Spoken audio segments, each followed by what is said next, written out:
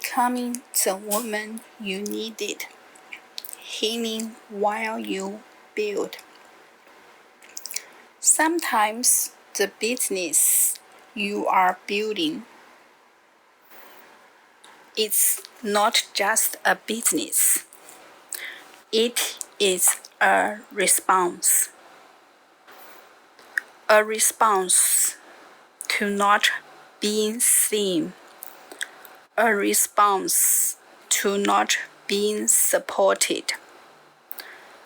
A response to feeling like you had to figure everything out alone. Many women begin building something, a business, a project, a new direction, thinking they are simply pursuing opportunity. But somewhere along the way, they realize they are also building themselves. Because entrepreneurship doesn't just ask you to grow skills. It asks you to grow identity. It asks you to become someone who trusts herself, someone who makes decisions without constant reassurance, someone who does not apologize for wanting more. And often, that means become the woman you needed earlier in life. The woman who would have said, "You are allowed to want this. You are allowed to take up space. You are allowed to build something meaningful." Today, we are talking about how building a business often becomes a path of healing without letting old wounds control the direction of your future. Building something trains you. Many women think the hardest part of entrepreneurship is strategy, or funding, or time management. But often, the hardest part is internal, because building something exposes every belief you carry about your own worth. When you set a price, you face your relationship with value. When you promote your work, you face your relationship with visibility. When you make decisions, you face your relationship with responsibility. And sometimes, old feels quietly return. Fear of being judged.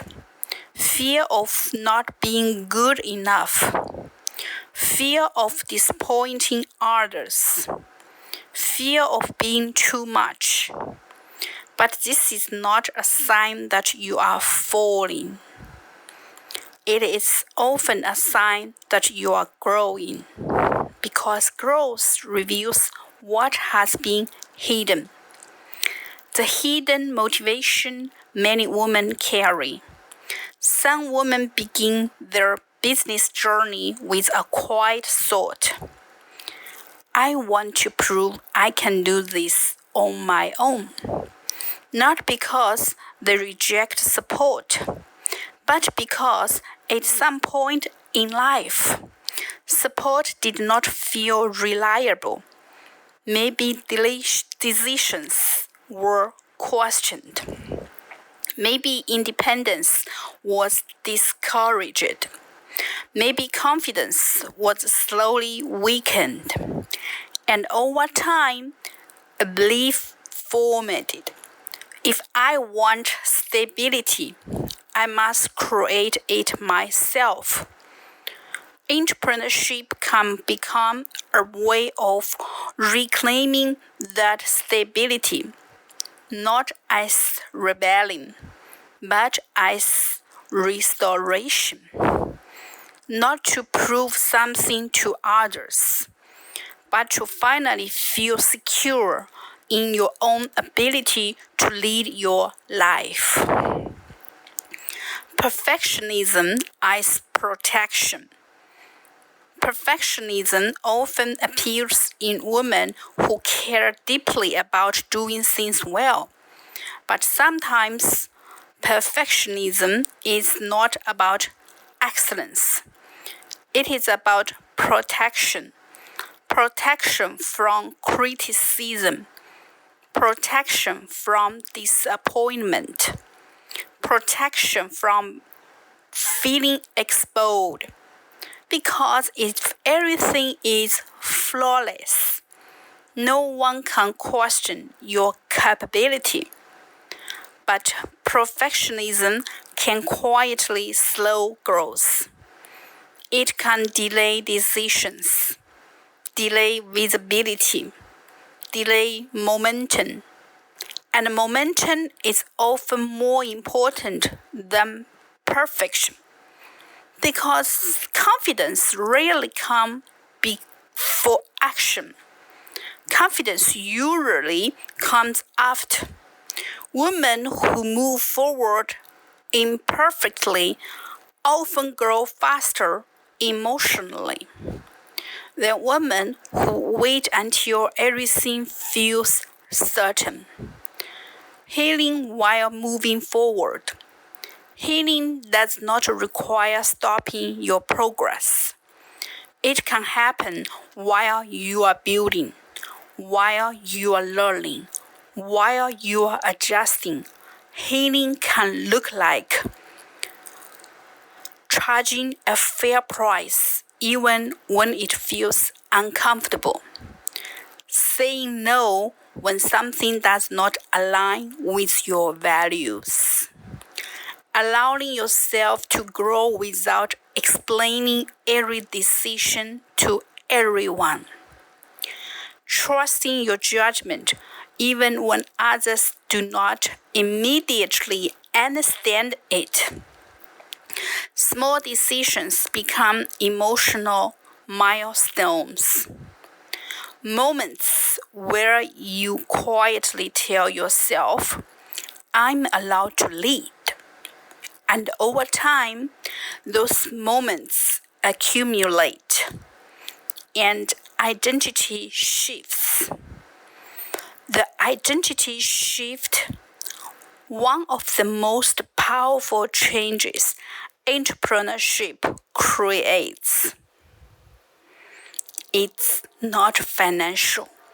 It is internal stability. You begin to notice. You second guess yourself less. You compare yourself less. You tolerate uncertainty better. You trust your decisions more because every decision you make strengthens your relationship with yourself. And that relationship becomes your foundation. When you trust yourself, external opinions carry less weight, not because they do not matter, but because they no longer define your direction. Building without losing yourself. Some women worry that ambition will change who they are, that success will make life more successful.